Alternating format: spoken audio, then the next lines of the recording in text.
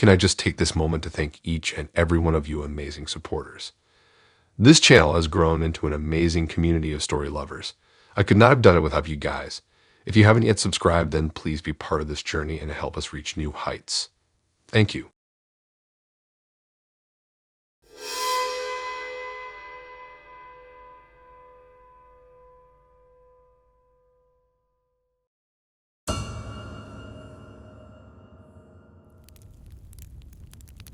I should have instantly seen the glaring red flags when my field hockey best friend Kelly first eagerly added the notoriously toxic Savannah to our previously tight-knit Snapchat group of 10 girls.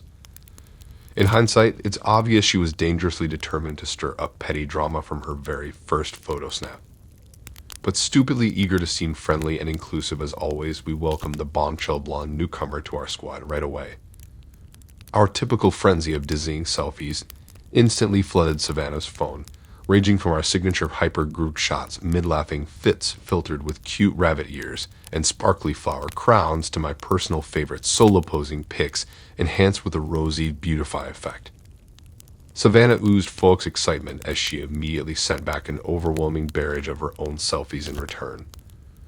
They displayed her deceptively angelic face from all angles, her long golden hair always seeming breezily backlit despite the sterile bedroom backdrop.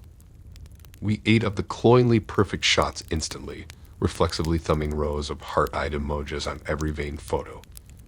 Even I got momentarily sucked into incredibly envying her flawless glowing skin and dazzlingly white smile that clearly cost more than my car.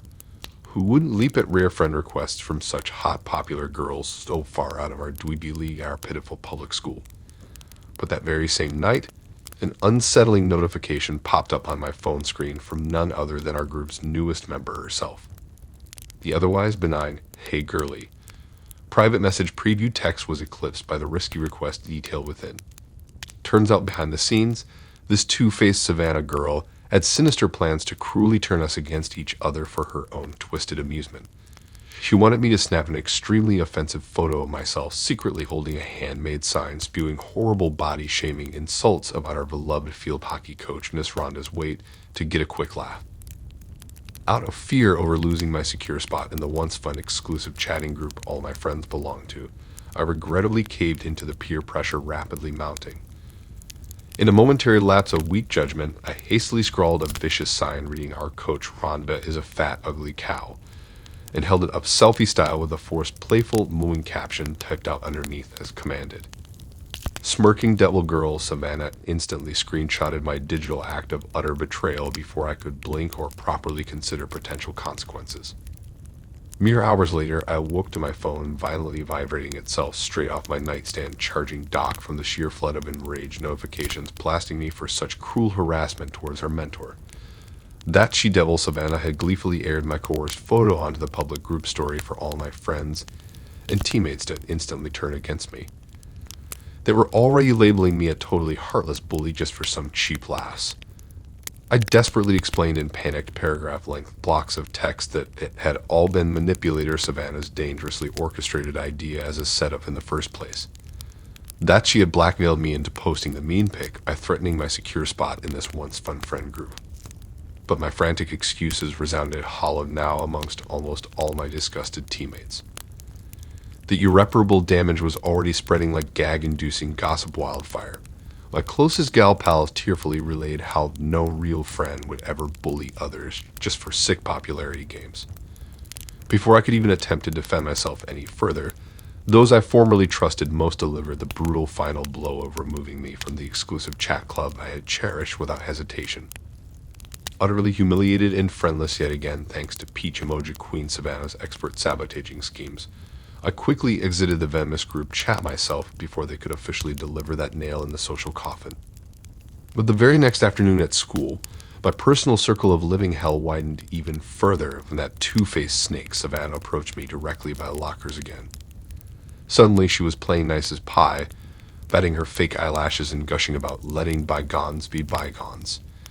She loudly insisted my former friends were being totally dramatic divas about our little prank and would for sure get over their ridiculous overreactions soon enough. Luring me back under her perfectly manicured talons, She urged me to casually rejoin the Snapchat girl gang very soon, so we could rightfully take back control of the petty situation and reign supreme once more. Foolishly, I again took her dangling bait, praying she was actually trustworthy this time and could somehow magically smooth tensions over with the very friendships she single-handedly torpedoed for her own amusement. But boy, was I wrong. So very wrong. Not only had the resident mean girl clearly not attempted to repair things with my teammates, she had intentionally stoked the fires into an uncontrollable social inferno against my reputation instead. Upon my nervously hopeful return to the girls' group chat space, I was met instantly with an onslaught of even more vicious accusations and assumptions. Vengeful Savannah had wasted zero time between smugly adding me back using her admin powers to immediately resuming her targeted tormenting spree. She told elaborate lies that I had been maliciously gossiping about all their deepest insecurities behind their backs for laughs. That I was the extra two-faced snake in the grass, not her. My devastation deepened exponentially when numerous once allies began coldly mentioning extremely humiliating personal secrets and insecurities I confessed privately to a very select few girlfriends back when I still trusted them. Those heart-wrenching admissions about my rocky family life were supposed to be healing release valves from the bottled-up stress no one else could ever know or understand. I felt utterly betrayed, realizing total strangers were weaponizing my many vulnerabilities shared in presumed confidence to tear my very spirit further asunder. Late at night, when I couldn't stop endlessly spiraling, my phone screen suddenly illuminated with more ominous Snapchat notifications delivered in quick succession like nails hammering the final barricades around my dignity shut. I opened each new message preview with violently trembling hands and mounting horror, greeted by a barrage of photoshopped images and cruel memes depicting me in all manners of degrading poses and activities. And emblazoned in glaring bold fonts across every vile faked picture were also now those deepest, darkest secrets and shames that were only ever meant for a rare few non-judgmental ears. Frantically scrolling and scanning to somehow make all the psychological attacks vanish, the Snapchat app glitched unexpectedly instead. It automatically opened my formerly private direct messaging channel with the resident wolf muzzled in poor sheep's clothing herself. Scrolling through Snapchat filters one night, I discovered a new spooky one called Haunted that looked pretty lit. When I took the selfie, this creepy ghost appeared right over my shoulder, all transparent and stuff.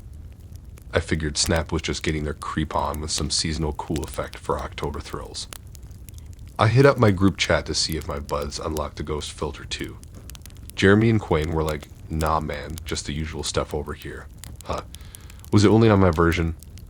I took some pics of the ghost photobombing me and sent him.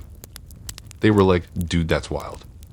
Jeremy said I was probably being haunted for real after all those horror movies I watched. We joked around about my new dead friend lurking behind me. Little did I know things were about to get freaky. The next night, I snapped another selfie to send to this girl I was crushing on. As I was typing something slick, I saw the ghost again, fading in the background exactly like on the haunted filter. I frantically checked for what photo lens I had on, but somehow he was appearing without me choosing the effect. I toggled between regular lenses and even closed out the app, but that freaky spirit stayed in frame. Now I was really weirded out. I took a cautious peek over my shoulder. Nobody there on me. Was this some next-level augmented reality feature that projected ghosts anywhere? When I opened Snap again, the ghoulish guy was still lingering behind me. I studied him closer. Now as an icy chill tingled down my neck. He was tall, rocking this dated suit with a hat covering his hairless head. The ghost had classic spooky make-spoke face details. Hollow cheeks, sunken eyes. But they looked oddly realistic, almost like a legit person from another era. Not just some CGI phantom. Every time I snapped a pic, the ghost was present, fixed in place. If I walked around the room, though, his position stayed the same through the lens. His blank gaze followed only my camera, not my actual movement. This was getting severely creepshow, fam. Had to be augmented reality, I hoped. I logged out and deleted Snapchat entirely, just wanting the weirdness to end. After a tense hour and some Googling hauntings, curiosity got the best of me. I re-downloaded the app and hesitantly opened it up. As the camera loaded, no ghost. I breathed out hard, laughing off those illogical spooks. It was gone. Just another freaky tech glitch after all. But then I glimpsed something in the corner. I slowly turned, blood running ice cold once more. The tall spirit lurched behind me for real now, ragged mouth seeming to sneer. I screamed and shut my eyes tight. After a few seconds, I dared peek again. The room was empty. No sign of that freaky figure except on Snapchat and pics. Back in the same original lurking spot. Maybe I was going nuts, but I sensed the ghost was trying to tell or show me something. The next night, his hideous form indeed appeared closer, almost peering over my shoulder. His aura seemed darker too, angry energy radiating off that translucent form. By now, my friends were truly freaking out over my bizarre dead companion. They came over to see for themselves as I snapped ghost cameos. But only on my screen did the lurker show up. I could almost hear his raspy breathing sometimes over my shoulder as I walked. Jeremy wanted me to smash my phone to shake loose the demonic entity. But part of me felt compelled to keep viewing the apparition on Snap, hoping for clues to this whole mind trip. His empty eyes drew me in at moments with some magnetic tug, like we were connected somehow across dimensions now, anchored by an invisible string only visible through the app lens. By the 1 week mark, the tall spirit lingered so close I could nearly touch his shadowy essence. His decrepit face filled half the frame, mouth contorted angrily as if demanding I help him escape this accursed limbo. Desperate, I tried communicating, letting out loud for some explanation, anything to break this alarming haunting. That very night, I awoke choking as icy fingers wrapped around my throat. There above me loomed the astral figure, features twisting violently mere inches from my face. Dark madness swirled in those hollow sockets inches from mine as an unholy rage erupted wordlessly from his howling ghostly jaws. When I came to, early dawn light filtered through the window. The ominous presence had vanished along with that chilling nocturnal assault. No signs of break-in or actual foul play either. My phone lay discarded on the floor, having captured nothing but darkness. Wearily, I opened up Snapchat, almost hoping to end this nightmare through any clue fate could provide. But instead, I stared blankly at the empty room on screen. No more ghostly invader in sight. The haunted lens had disappeared from my options now too. Over time, my friends eased off security alerts, and I condensed rational explanations for that bizarre digital haunting. But deep down, I still feel him sometimes, that seething soul glaring from some unseen depth. And I know our unearthly connection hasn't fully broken. He's merely slithered away to linger hidden for now, as we remain bound by forces I cannot escape summoning forth again.